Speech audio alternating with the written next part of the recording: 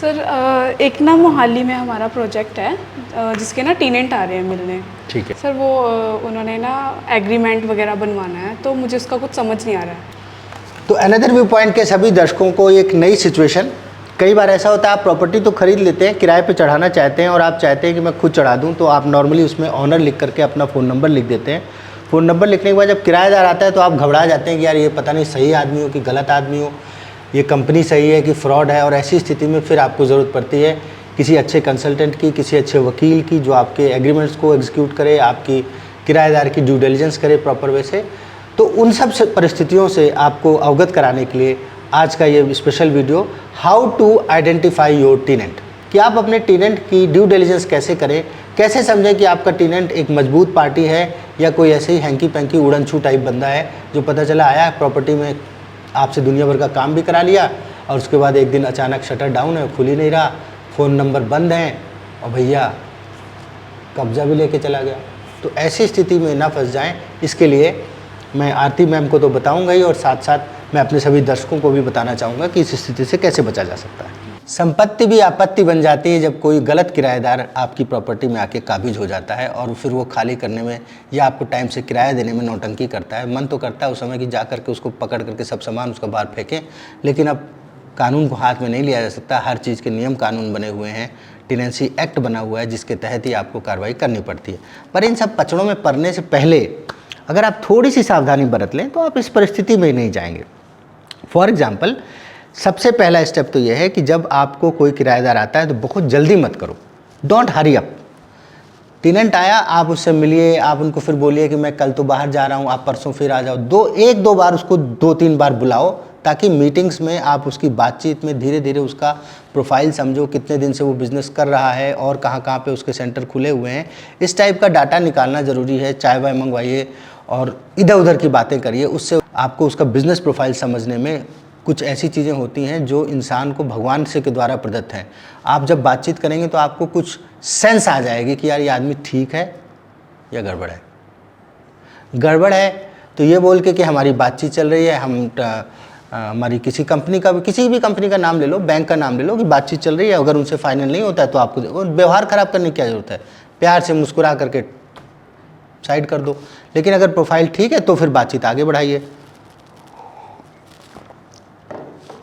और अगर संभव हो सके तो उस किराएदार की या उस कंपनी के और आउटलेट्स कहाँ खुले हुए हैं, कहाँ पे उनके और आउटलेट्स चल रहे हैं। जैसे आजकल आईटी कंपनीज बहुत आती हैं, वो कहती है हमारा जी एक पटियाला खुला हुआ है, एक लुधियाना खुला हुआ है, एक अमृतसर खुला हुआ है, आप बैठे हो मोहाली में, तो अब यहाँ से आप कैसे जाओगे? वो कहते गूगल कर लो जी। आपने गूगल किया तो उसमें उनकी वेबसाइट में 4 जगह के नाम भी बता रहा है, पर प्रैक्टिकली क्या वहाँ खुला है? वेबसाइट में तो 10,000 रुपये में वेबसाइट बनती है, इतनी चकाचक, इतनी टनाटन की देख करके आदमी बिल्कुल भ्रमित हो जाएगा। उसके बाद उसमें जगह भी लिखे हुए हैं, बिल्डिंग की फ़ोटो भी लिखे हुए, वो सब नकली फ़ोटो हैं, असली फ़ोटो तो है दिख नहीं रही वहाँ पर। तो ऐसी स्थिति से बचने के लिए आपके वहाँ पे लिंक हैं, आपके वहाँ आप उनको बोलिए 2 दिन का टाइम दीजिए, कोई भी बहाना करके, या बोलिए हम एक बार आपकी प्रॉपर्टी विजिट करना चाहेंगे जहाँ आप ऑलरेडी रन कर रहे हो। तो अगर वो फर्जी किराएदार होगा तो उस दिन के बाद दोबारा आएगा नहीं, वो वहीं से सरक लेगा धीरे से। तो इस तरह से आप उनको बोलिए कि हम 1-2 प्रॉपर्टी आपकी विजिट करेंगे। उससे आपको, अगर वो कहते हैं नहीं नहीं सर हम खुद ही विजिट करा देते हैं, इसका मतलब कॉन्फिडेंस लेवल अच्छा है। सेकेंडली, आप पोलाइटली उससे कह सकते हैं कि सर आपके जो प्रीवियस लैंडलॉर्ड्स हैं, ख़ास तौर से ये समस्याएं आती हैं जब लोकल किराएदार आता है लेकिन वो बात कर रहा होता है कि मैं बहुत बड़ी फॉर्मेट को खोल रहा हूँ, मैं बहुत बड़ा रेस्टोरेंट खोलने जा रहा हूँ। तो अब आप रेस्टोरेंट, उसका बताया उसने कि ऑलरेडी मेरे 2 रेस्टोरेंट चल रहे हैं, तो उन 2 रेस्टोरेंट के चलने के साथ साथ उनके मालिकों की क्या स्थिति, क्या वो अपने मालिकों को किराया समय से दे रहा है?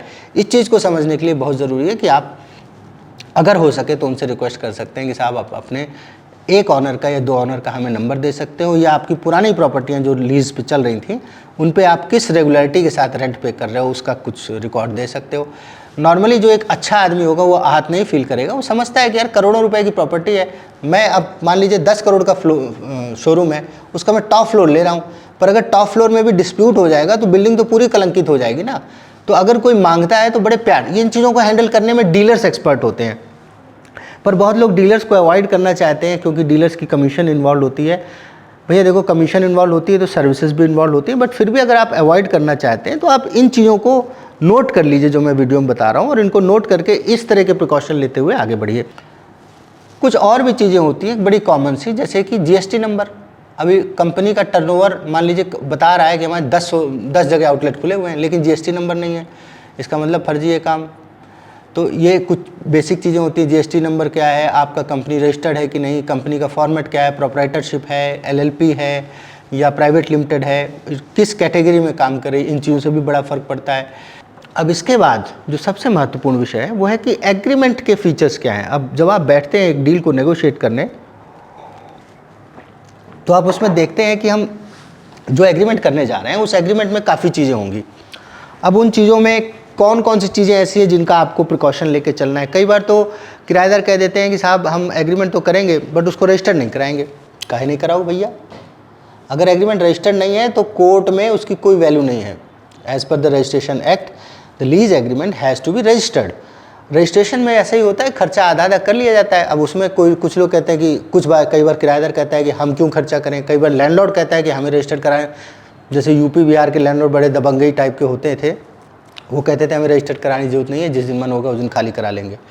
अब वो समय धीरे धीरे बदल रहा है। अब आप हर चीज़ को लीगली स्ट्रांग रखिए, खाली कराने में कोई दिक्कत नहीं आती। 6 महीने से 1 साल के अंदर इविक्शन ऑर्डर हो जाता है कोर्ट से, अगर आपके कागज़ पुख्ता हैं तो कई बार टीनेंट बोलता है कि हमें रजिस्टर नहीं कराना, तो रजिस्टर नहीं कराना उसको धीरे से सरका दो, मतलब गड़बड़ है। फिर एक दो चीज़ें और होती है एग्रीमेंट में कि हम स्टोर के अंदर या हम जो आपकी प्रॉपर्टी ले रहे हैं उसके अंदर फिट आउट वो ऑनर से कराना चाहते हैं। फिट आउट का मतलब होता है जितना इंटीरियर होगा, दीवारों की सुंदरता होगी, फ्लोरिंग होगी, अलमारियाँ बनेंगी, बहुत सारी चीज़ें होती हैं और कंपनी का अपना एक फिट आउट। अगर किराएदार कह रहा है कि फिट आउट आपको कराना है, फॉर एग्जांपल आईटी कंपनी के केस में वो कह देते हैं कई बार कि सर हमें टेबल कुर्सी वर्क स्टेशन बना के दीजिए। काहे को दीजिए, तुमको हम वर्क स्टेशन बना के दें और तुम साल भर यहाँ काम करोगे, साल भर अपना चलाओगे सिस्टम, उसके बाद बोलोगे सर ये जगह छोटी पड़ रही है, हमको बड़ी जगह। बहाने इनके यही होते हैं ज़्यादातर कि जगह छोटी पड़ रही है, अब हमको बड़ी चाहिए। अब बड़ी आप कहाँ से लाओगे, अगल बगल कोई बिल्डिंग ही नहीं है। तो कहते सर फिर तो हमें खाली करना पड़ेगा। अब वो जो लाखों रुपए आपका फिट आउट में लगा वो बर्बाद हो गया। एक बार कोई किराएदार खाली कर जाता है, दूसरा किराएदार फिट आउट देख करके वापस चले जाता है कि नहीं साहब हमें तो नया सामान चाहिए सारा। तो अगर फिट आउट वगैरह अवॉइड हो सकता है, that is the best. Fit outs वगैरह करा के वहाँ दिए जाते हैं जहाँ कोई बहुत बड़ी कोई प्रोजेक्ट की प्रॉपर्टी हो, जहाँ कोई बहुत बड़ी एमएनसी कंपनी आ रही हो। इन्फोसिस आ रहा है, अब इन्फोसिस आ रहा है तो वो पता है आपको कि एग्रीमेंट ही 18 साल का करेगा, 3 साल का लॉक इन ले देगा, 6 साल का लॉक इन दे देगा, तो कोई टेंशन की बात नहीं है। फिर आपका जो फिट आउट का एक्सपेंस है वो कवर अप हो जाता है। अभी बातों बातों में बताया लॉक इन बड़ा महत्वपूर्ण विषय है। कई बार जो फर्जी टाइप के किराएदार होते हैं वो लॉक इन नहीं देना चाहते। लॉक इन कहते हैं साहब आपके शोरूम में साड्डा भी तो इतना पैसा लगूगा, तो सीधे मतलब हम भी तो 25 लाख रुपए लगाएंगे, हम कहाँ चले जाएंगे। बात तुम्हारे 25 लाख की नहीं है भाई साहब, बात लॉक इन की है कि हम इस प्रॉपर्टी को कई और अपॉर्चुनिटीज़ को डिनाई करेंगे आपके आने के बाद। हो सकता है आपका हम एग्रीमेंट करें, उसके 10 दिन बाद हमको 20% रेंट हायर की ऑफ़र आ जाए, तो इन चीज़ों से दोनों पार्टियां सुरक्षित रहें, उसके लिए लॉक इन होता है कि भाई 3 साल का 1 साल का हम आपको लॉक इन देंगे। पर लॉक इन में एक चीज़ बहुत ध्यान रखना, कुछ लॉक इन बिल्डर दे रहे हैं जो कि फ्रॉड है। जैसे कि जीरकपुर में कई बिल्डर्स हैं जो कहते हैं कि साहब हमारा प्रॉपर्टी ले लो कॉमर्शियल, जब तक कब्जा नहीं मिलेगा हम आपको 1% रिटर्न देंगे। पता है क्यों दे रहे हैं वो 1% रिटर्न? क्योंकि उनको बैंकों से लोन नहीं मिल रहा, वो कस्टमर के पैसे से ही बिल्डिंग बनाएंगे। तो वो जो 1% दे रहे हैं वो एक्चुअल फैक्ट में आपसे उधार ले रहे हैं पैसा, और 99% तो ये 1% चलता है, मतलब 3 साल बोलते हैं 2 साल, पर ये बहुत लंबा चलता है, ये फ्रॉड होता है। लोग इसलिए भ्रमित हो जाते हैं कि जब लोग प्रॉपर्टी खरीदते हैं तो वो दोनों तरह से पेमेंट करते हैं, कुछ चेक से भी करते हैं, कुछ वैसे भी करते हैं। तो जो वैसे वाली होती है उसका भी रिटर्न बिल्डर कहता है कि हम आपको वाइट में देंगे। आदमी को लगता है कि अरे यार अच्छा इतना हमारी इनकम बन जाएगी फिर तो 1 लाख रुपए महीने की वाइट की। घर जाता है, बड़ी खुशी खुशी बीबी को बताता है, बच्चों को बताता है, और थोड़े दिन बाद जो है बिल्डर देना बंद कर देता है। तो वो तो मैंने कई वीडियो बनाए, फिर भी अभी लोगों को समझ में नहीं आ रहा। रोज़ कोई ना कोई आदमी आता है, कहता है साहब हमने ये नया प्रोजेक्ट लॉन्च किया, इसमें टिल पोजीशन हम 12% देंगे, उसके बाद हमारा 3 साल का लॉक इन है। एक्चुअल फैक्ट में प्रॉपर्टी ओवर प्राइस्ड होती है और वो सारा गिमिक होता है, मतलब फाइनेंशियल फ्रॉड होता है। असली लॉक इन क्या है कि जब आप कंपनी को बोलते हैं कि आप हमारी प्रॉपर्टी 1 साल तक 1.5 साल तक, जैसे फॉर एग्जांपल हम किसी ब्रांड का नाम नहीं लेना चाहते, हम लोग काम करते हैं ब्रांड के साथ, तो it will be partiality to name somebody and to not to name somebody, but the most of the MNCs जो हैं वो आपको लॉक इन देती हैं साल 1.5 साल का, कि भाई ठीक है लैंडलॉर्ड का इंटीरियर कराने में या फिट आउट कराने में इनिशियली काफ़ी पैसा खर्चा होता है, तो उसके लिए लॉक इन दिया जाता है। कुछ बड़े फॉर्मेट्स हैं जैसे कि एंकर ब्रांड हैं उसमें काफ़ी ज़्यादा खर्चा होता है। कई बार तो मतलब 10,000 स्क्वायर फुट में ही लगभग 1 करोड़ रुपए का एक्सपेंस आ जाता है ओनर का, प्लस उसकी कमीशंस होती हैं, तो वो लॉक इन नहीं मिलेगा तो ऐसे कैसे करेगा। तो आपको किराएदार से लॉक इन भी ज़रूर लेना चाहिए। अब इसके बाद एक और फीचर है पेमेंट मोड, कि भाई टेनेंट पेमेंट कैसे करना चाहता है।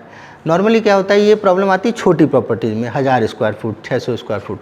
बंदा आता है कहता है सर मुझे रेस्टोरेंट खोलना है, तो कहते हो अच्छा जी तो बताइए। कहते सर बताओ कितना रेंट लोगे। तो हमने बताया कि यार हम मार्केट में तो हमारा 80,000 रुपये चल रहा है, आप बताओ आप कितना दे सकते हो। कहते देखो सर हम 80 तो नहीं दे पाएंगे। नेगोशिएशन की उसने तो आपको लगा जेन्युइन है। उसके बाद उसने कहा सर एक रिक्वेस्ट है, रेंट हम आपको कैश देंगे, इसमें आपका भी फ़ायदा है। फुद्दू बना रहा है, रेंट कैश देगा इसमें आपका भी फ़ायदा है। क्या फ़ायदा है कि सर आपका TDS नहीं कटेगा, आपको आपकी इनकम टैक्स की लायबिलिटी कम आएगी। तो आप कहते हो भाई ऐसा क्यों, आपको मतलब चेक से देने में कोई दिक्कत। वो कहता नहीं सर एक्चुअली हमारा रेस्टोरेंट का काम है, कोई 1 थाली खाएगा, कोई 2 थाली खाएगा, कोई बर्गर खाएगा, सब कैश में पैसे देते हैं। तो फिर आपको मोदी जी याद आते हैं कि यार आजकल तो उन्होंने दुनिया भर का सिस्टम कर रखा है, पेटीएम है और फलाना ठिकाना। कहते नहीं सर ज़्यादा काम तो हमारा कैश पे ही चलता है, तो आप बताइए अगर आप कैश ले सकते हैं तो चाय पिलाओ उसको, बढ़िया नमकीन खिलाओ और बोलो मैं बेटे से बात करके बताऊंगा, या और अच्छा होता है कि मैं वाइफ से बात करके बताऊंगा, या मेरी प्रॉपर्टी में हम लोग जॉइंट हैं, 2 भाई हैं, तो मैं भैया से बात करके बताऊंगा। मना नहीं करना है, मुंह पे किसी को भी इंसल्ट नहीं करनी है, लेकिन टरका दो, धीरे से उनको चाय पिला के भेज दो और बाद में फ़ोन पे बता दो कि भाई साहब वो बात हुई थी, एक्चुअली उनकी ब्रदर की हमारे बात किसी बैंक से भी चल रही थी तो हम बैंक के साथ कर रहे हैं, ख़त्म कहानी। क्योंकि अगर वो कैश दे रहा है तो आपके पास कागज़ में, पहली बात तो कैश ट्रांजेक्शन करना 20,000 से ऊपर अलाउड नहीं है। सेकेंड थिंग वो इनकम आपकी वाइट में नहीं है। थर्ड थिंग कल को कोर्ट में जाओगे, सपोज़ कोई झगड़ा हो जाता है, समय पे किराया नहीं मिलता है, तो क्या वहाँ पे स्टैंड क्या लोगे यार। तो इस टाइप के किराएदार को मना कर देना चाहिए। फिर एक और सेफ्टी आप ले सकते हो, दैट इज़ सिक्योरिटी डिपॉजिट। मान लीजिए कोई बहुत बड़ा एरिया है जिसमें आपका 1 करोड़ रुपये खर्चा करा रहा है, तो आप उनको बोलो यार 6 महीने का डिपॉजिट दो, 4 महीने का डिपॉजिट दो। अगर कंपनी अच्छी है तो आपको देगी, क्योंकि उनको देखो जहाँ पे कोई नीयत में खोट नहीं है वहाँ इन सब चीज़ों को करने में कोई दिक्कत नहीं होती। जहाँ नीयत पे खोट होता है वहाँ पे प्रॉब्लम होती है। अमूमन जनरली 2 महीने से लेकर के 4 महीने तक की सिक्योरिटी का प्रचलन है। अच्छी कंपनियां 3 महीना देती हैं, प्राइवेट किराएदार 2 महीना देते हैं, बिल्कुल ही छोटा किराएदार होता है वो 1 महीने का डिपॉजिट देता है, 1 महीने का रेंट एडवांस चलता है। सेम चीज़ रेजिडेंशियल में होती है, तो नॉर्मली कॉमर्शियल प्रॉपर्टीज़ में 2 महीने की सिक्योरिटी डिपॉजिट और 1 महीने का किराया प्राइवेट लोकल किराएदार में। कंपनी के केस में 3 महीने का डिपॉजिट और 1 महीने का रेंट एडवांस। और अगर कोई बहुत बड़ा फॉर्मेट है तो उसमें you can request them to give 6 month security और any amount which you feel essential to maintain your interiors and all. अब इसके बाद एक चीज़ और है कि भैया बिजनेस क्या करना है आपको। दुनिया भर के लोग आते हैं हमारे पास कि सर हमको स्पा खोलना है, हमें जगह दिला दो, तो हम उनको चाय पिलाते हैं और भेज देते हैं। किसकी प्रॉपर्टी में स्पा खुलवा दें, कल को कोई समस्या हो जाए, कोई प्रॉब्लम आ जाए। इसी तरह से बहुत लोग आते हैं कि हमारी फाइनेंशियल हम लोन देते हैं जी, पेटी लोन्स देते हैं किसानों को डेली बेसिस पे, डेली वेजेस को। अब ऐसे जो लोन की कंपनियां होती हैं वो रातों रात गायब हो सकती हैं। चिट फंड्स आते हैं जिनको ऑफिस खोलना होता है, तो भाई मैं तो आराम से तसल्ली से उनसे बात करता हूं और उनका जो भी आदर सम्मान करना है करके मैं उनसे 1-2 दिन का टाइम लेता हूं और उसके बाद मैं या तो अवॉइड करता हूं उनको या उनको स्पष्ट बता देता हूं कि भाई साहब मैं नहीं दिला पाऊँगा, ये ऑनर्स के नंबर लगे हुए हैं, आप खुद बात कर लीजिए। ऑनर्स को मैं बता देता हूँ कि मुझे प्रोफाइल ठीक नहीं लगा सर, फिर भी अब आपकी बिल्डिंग खाली पड़ी है तो आप चाहें तो दे सकते हैं, but I will not take the responsibility. Payment की पंक्चुअलिटी भी बड़ा महत्वपूर्ण विषय है कि किराएदार पेमेंट करता कैसे। मान लीजिए हमने एग्रीमेंट में लिखा है कि 1 से 7 तारीख तक रेंट पे हो जाना चाहिए, तो क्या वो हर महीने हमको याद दिलाना पड़ता है? अगर याद दिलाना पड़ता है तो इसका मतलब वो not good company, not good people, because any commitments, कोई भी कमिटमेंट कहीं पे भी रिटर्न फॉर्म में की गई हो या वर्बल फॉर्म में की गई हो, उसमें रिमाइंडर्स नहीं होने चाहिए। बड़ा अफसोस होता है उन लोगों को जब मैं मिलता हूँ, जब वो पैसा अपनी एक नियत डेट से, जैसे कई आपने कंपनियां देखी होंगी वहाँ सैलरी आपको टक से 1 तारीख को मिल जाती है, कई आपने कंपनियां देखी होंगी वहाँ सैलरी 7 तारीख को है तो 7 तारीख को मिल जाती है, कई ऐसी भी कंपनियां देखी होंगी वहाँ बच्चे जो हैं 11-12 तारीख को एक दूसरे का मुंह देख रहे होते हैं कि यार इस महीने की सैलरी नहीं आई। सिमिलर सिचुएशन लैंडलॉर्ड की होती है। लैंडलॉर्ड को अगर आप समय से किराया दे रहे हैं तो लैंडलॉर्ड ऐसे किराएदार को कभी वो खाली ना कर दे, उसको हमेशा यही डर बना रहेगा। तो हमेशा टेनेंट की पंक्चुअलिटी ऑफ पेमेंट भी बड़ी महत्वपूर्ण है। अगर वो पंक्चुअल नहीं है, आप उनके पुराने लैंडलॉर्ड से पता कर सकते हैं। तो अगर वो पंक्चुअल नहीं है तो आप अवॉइड कर सकते हैं, क्योंकि हर महीने तकादा करना इज़ ए बिग हेडेक। फिर एक सिचुएशन आती है जिसमें अभी लेटेस्ट आजकल आईटी का बड़ा प्रचलन है। तो आईटी की ना फर्जी कंपनियां बहुत बन रही हैं। उसमें क्या होता है कि वो आपने जाम तारा देखी होगी, मूवी जाम तारा, जिसमें कि वो मोबाइल से पैसे चुराते हैं, वो भी आईटी कंपनीज है। तो अब वो आईटी कंपनीज पहले जाम तारा गाँव में थी, अब वो शहरों में आ गई हैं। और कई तरह के फाइनेंशियल फ्रॉड्स होते हैं, कई तरह के वसूली के काम होते हैं, जिसमें कि बैंक आपको आउटसोर्स कर देते हैं कि भाई हमारा पैसा नहीं आ रहा है, तो आप फ़ोन से धमकी धमकी देना और ये सब काम करना। तो ये भी आईटी का पार्ट है। फिर इंटरनेशनल लेवल पे कुछ फाइनेंशियल फ्रॉड्स होते हैं, उनको हैंडल करने के लिए हिंदुस्तान की कुछ कंपनियां हायर की जाती हैं, लेकिन वो लीगली उतनी सशक्त नहीं होती हैं। अब ये अपना ऑफिस खोल तो लेती हैं, किसी मेन कंपनी से आउटसोर्स हो जाता है इनको काम, लेकिन काम इनका लीगली उतना मजबूत नहीं होता है। और ऐसी स्थिति में उनको पहचानना बड़ा मुश्किल होता है। तो नॉर्मली ऐसी कंपनियां क्या आपसे कम्युनिकेट करेंगी कि सर जो हम एग्रीमेंट करेंगे वो कंपनी के नाम से नहीं करेंगे, हम कंपनी के स्टाफ के नाम से या कंपनी के किसी डायरेक्टर के नाम से करेंगे, नो प्रॉब्लम। अगर कंपनी के डायरेक्टर के नाम से कर रहे हैं फाइन, लेकिन अगर किसी स्टाफ के नाम से कर रहे हैं तो उसका बोर्ड रिजोल्यूशन कंपनी बना के देगी। ये नहीं कि ज्वाइनिंग लेटर है, ज्वाइनिंग लेटर के बेस पे, ज्वाइनिंग लेटर के बेस पे तो आज बच्चे ने ज्वाइन किया, कल को भाग जाएगा, किराया उस कहाँ वसूलोगे उससे आप। तो एग्रीमेंट प्रॉपर कंपनी के नाम पे होना चाहिए, कंपनी का मेमोरेंडम होना चाहिए, कंपनी का आर्टिकल ऑफ एसोसिएशन, इन सब की कॉपी लीजिए, कॉपी लेकर के रखिए। नॉर्मली क्या होता है कि आप जब बड़ी कंपनियां एक रिनोन कंपनी के साथ करते हैं, फॉर एग्जांपल आप टाटा का कोई फॉर्मेट ले लीजिए, रिलायंस का कोई फॉर्मेट ले लीजिए, उसमें ये सब चिंता नहीं है। लेकिन जो unknown mushrooming of the IT companies है, उसमें आपको बहुत कॉशियस रहना है कि वो एग्रीमेंट को किसके नाम पे करना चाह रहे हैं। हमेशा एग्रीमेंट कंपनी के सीनियर मोस्ट स्टाफ या उनके एचआर हेड या उनकी जो उनके जिम्मेदार लोग हैं जो प्रॉपर्टी को लीज पे ले सकते हैं, उनके नाम पे करना चाहिए। तो बस इन सब बेसिक प्रिकॉशंस का अगर आप एहतियात बरतते हैं, अगर आप इन सब चीज़ों को जो चीज़ें आपने वीडियो में देखी हैं, अगर उनको आप पॉइंट वाइज नोट कर लेते हैं, तो अमूमन चांसेस हैं कि आपको किसी भी प्रकार की प्रॉब्लम नहीं आएगी। फिर भी अगर कोई प्रॉब्लम आती है तो आपके पास मेरा फ़ोन नंबर है, आप कभी भी फ़ोन करके मुझसे पूछ सकते हैं। Thank you so much sir, आपने मुझे इतने अच्छे तरीके से समझाया और मैंने चीज़ें नोट भी कर ली हैं, और मैं आगे से ध्यान रखूँगी ताकि कुछ थोड़ा हैंकी पॉन्की ना हो। हाँ। और जो भी होगा। नहीं ठीक है, आप करिए। अगर आपको कहीं भी कोई प्रॉब्लम आती है तो आप फ़ोन कर सकती हैं। हाँ जी, ठीक है, आपको टेलीफोन पे अगर 2-4 मिनट की बात है तो हम लोग कर सकते हैं। और अनदर व्यू पॉइंट के सभी दर्शकों से मेरा एक बहुत हाथ जोड़ के प्रार्थना है, कॉल्स हमेशा बुक करके करें, रैंडम कॉल्स ना करें, क्योंकि दिन में मैं अपनी दाल रोटी, अपनी रोजी रोटी में बहुत व्यस्त होता हूँ। मैं ये जो वीडियोस का काम है, ये मेरी एक सामाजिक दायित्व था कि जिस इंडस्ट्री से मैं पैसा कमा रहा हूँ, उस इंडस्ट्री में कुछ चीज़ें मैं उसको सुधार करने के लिए अगर कर सकता हूँ तो सोशल मीडिया के थ्रू मैं उसको करूँ। लेकिन अब इसमें अड़चन ये आ रही है कि बहुत लोग मुझे वीडियो देख करके प्रभावित हो जाते हैं और इमीडिएट फ़ोन कर देते हैं। उसके लिए सिस्टम ये है कि 9889150151 खुशबू मैम का नंबर है, उस पर कॉल करें। उस पर कॉल करके कॉल बुक कराएं। 5-10 मिनट की कॉल है, उसके लिए आपको कोई पे नहीं करना। बट अगर कोई डिटेल बात करनी है तो आपको पेड कॉल बुक करानी है, जो कि शाम को 7:30 बजे से लेकर 8:30 बजे के बीच में होती है और मॉर्निंग में 8:30 से 9:30 के बीच होती है। तो पेड कॉल बुक कराएं। अन्यथा आप यही नंबर मेरा व्हाट्सअप में भी है, आप व्हाट्सअप में नॉर्मल कम्युनिकेशन चैटिंग कर सकते हैं, जो हम आपको प्रॉपर रिप्लाई देंगे। आप खुशबू मैम के नंबर पर भी चैट कर सकते हैं, क्योंकि अब धीरे धीरे आप लोगों के सहयोग से चैनल बहुत ज़्यादा चल गया है। इसकी वजह से इतने ज़्यादा कम्युनिकेशंस आती हैं कि कई बार उड़ जाता है, और बहुत ऐसी भी कम्युनिकेशंस आती हैं जो बहुत रेलिवेंट नहीं होती हैं, जिनकी प्रॉपर्टीज़ बड़ी हैं, 5000 फुट, 6000 फुट, 10,000 फुट। बड़े प्रॉपर्टीज़ के जो ऑनर्स हैं वो संपर्क करें। छोटी प्रॉपर्टीज़ के लिए आपको यूट्यूब में देखते जाइए, कहीं कुछ है तो आप व्हाट्सअप करें या कमेंट्स में जाके कमेंट करें, मैं वहीं जवाब दे दूँगा आपको। इसी के साथ मुझे उम्मीद है कि वीडियो आपको पसंद आया होगा। पसंद आया है तो इसको लाइक कर दो, लाइक करके इसको सब्सक्राइब कर दो और दोस्तों से शेयर कर दो। काम की जानकारियां हैं, सिर्फ अपने तक ही नहीं रखनी चाहिए। भेजो, चाचा को भेजो, मामा को भेजो, मौसी को भेजो, सबको भेजो, सबको बताओ। सबके पास प्रॉपर्टियां हैं, तो किसी के पास भी कोई गलत किराएदार अंदर नहीं आना चाहिए। इसी के साथ धन्यवाद।